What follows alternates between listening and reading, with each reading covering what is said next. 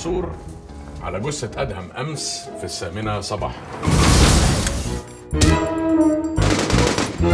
المهم دلوقتي نلاقي شخص يبقى عميل لينا يكون شبه أدهم بالظبط.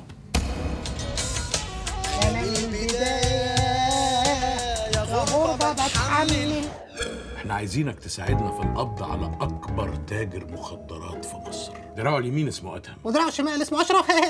هي دي أكتر واحدة هتقدر تفيدك علشان تعرف معلومات أكتر عن عزام وأدهم. إنها هتبقى مهمة زي العسل وهتبقى فتحة خير إن شاء الله. وهي دي بقى مهمتك يا أنسة جرمين، إنك تخلي حزلقوم ده واسمه حزنبول. حزنبول مين يقلك تشك في بطني؟ هلا يا حالي تعالى.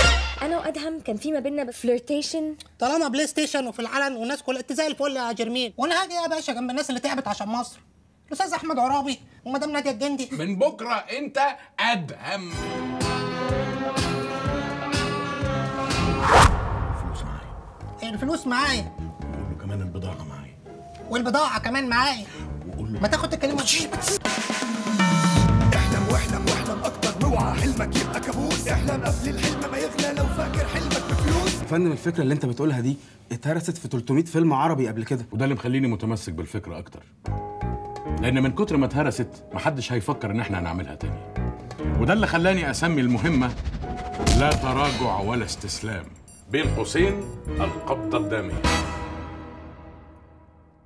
لو عايز علامه مميزه او حضرتك في لا مؤاخذه الباس، انا كنت اصلي بغسل. لا مش هينفع كده، هناخد فاصل ونرجع تاني.